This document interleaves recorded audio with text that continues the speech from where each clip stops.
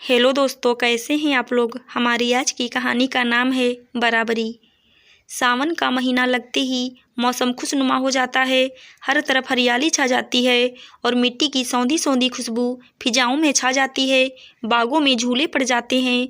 सावन लगते ही माही अपने मायके पहुंच गई। माही के ब्याह को भी बरस भर ही हुआ था, इसलिए विवाह के बाद ये उसका पहला सावन था। मान्यताओं के अनुसार उसे पहला सावन मायके में बिताना था।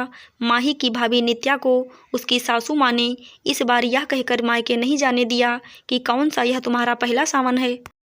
हर बार तो जाती हो, इस बार नहीं जाओगी तो कुछ बिगड़ नहीं जाएगा। इस बार तुम्हारी ननद का पहला सावन है और तुम्हें ही सारी तैयारियां करनी है। सासू माँ की आज्ञा नित्या कैसे न मानती। वैसे उसे कोई आपत्ति भी ना थी। उसकी ननद माही से उसकी खूब बनती थी। माही नित्या को बहुत प्यार करती, हर तरह से सपोर्ट करती, कामों में सहायता करती। कुल मिलाकर दोनों में दोस्ताना रिश्ता था।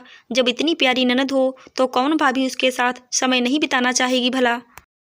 शाम का समय था। आसमान में बादल घिर आए थे। मध्यम मध्यम हवाओं के साथ बारिश की फुहारें भी मन को सराबोर कर रही थी। घर के सामने बाग में झूला पड़ा था। माही हरे रंग की साड़ी, हरे रंग की चूड़ियां पहने अपनी सभी सखियों के साथ बारिश के मध्यम फुहारों के बीच सावन गीत गाते हुए, बारिश में मौज मस्ती करते हुए झूला झूल रही थी।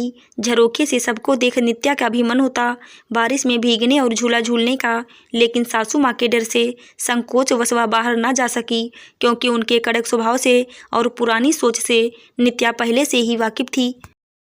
उसके मन में एक टीस उठी, काश मैं भी मायके चली जाती। अभी नित्या सोच में डूबी ही थी कि कमरे में किसी के आने की आहट हुई। नित्या ने नज़र घुमाई तो सामने मुस्कुराते हुए माही खड़ी थी। चलो ना भाभी, आप भी हमारे साथ झूला झूलने, माही ने कहा। नहीं माही, मम्मी नाराज़ हो जाएंगी, नित्या ने कहा। मम्मी अभी अपनी भागवत कथा देखने में व्यस्त हैं, तब तक तो हम लोग वापस आ जाएंगे, मम्मी को पता भी ना चलेगा। कहते हुए माही नित्या का हाथ पकड़कर लगभग खींचते हुए उसे झूले तक ले गई। नित्या भी मन ही मन खुश हो रही थी। वो भी माही और उसकी सहेलियों के ग्रुप में शामिल हो सावन गीत गाती हुई झूला झूलने लगी। बारिश की फुहारें तेज हो गई थी। सब झूला झूलने में मग्न थी कि नित्या की सासू माँ की तेज आवाज़ गूंजी, ये क्या बहू, तुम बेटियों की बराबरी करने लगी।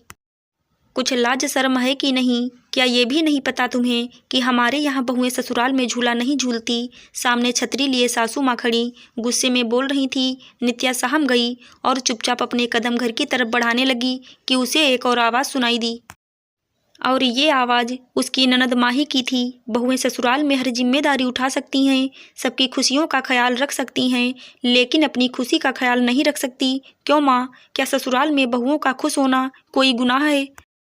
बेटी झूला झूल सकती है तो बहू क्यों नहीं माँ। क्या बहू किसी की बेटी नहीं होती। फिर तो मुझे भी सिर्फ मायके में ही खुश होने का हक है, सिर्फ मायके में ही झूला झूलने का हक है। ससुराल में तो मुझे भी अपना मन, अपनी खुशियों को मारकर जीना होगा ना माँ। ये कैसी विचारधारा, कैसी मानसिकता है माँ। समय बदल रहा है माँ, और समय के साथ ऐसी रूढ़िवादी विचारधाराओं को भी बदल देना चाहिए। तू सही कह रही है माही, बहू भी किसी की बेटी होती है, और ससुराल हो या मायका, बेटियों को हर जगह खुश रहने की पूरी स्वतंत्रता होनी चाहिए। मायका हो या ससुराल, बेटियों को अपने सपने और शौक दोनों को पूरे करने की पूरी आज़ादी होनी चाहिए। सच में समय के साथ ऐसी विचारधाराओं में परिवर्तन होना चाहिए, और आज से मैं इस बात का ध्यान रखूंगी। तुम दोनों ननद भाभी बारिश और झूले का मजा लो, तब तक मैं अदरक वाली कड़क चाय और प्याज के पकौड़े बना लेती हूँ। कहते हुए प्रेमला जी घर की तरफ बढ़ गईं। नित्या दौड़कर माही के गले लग गई और उसका शुक्रिया अदा करने लगी। माही अपनी भाभी की भीगी आंखों को पोंछने लगी। आशा करती हूँ दोस्तों आपको हमारी कहानी ज़रूर अच्छी लगी होगी। धन्यवाद।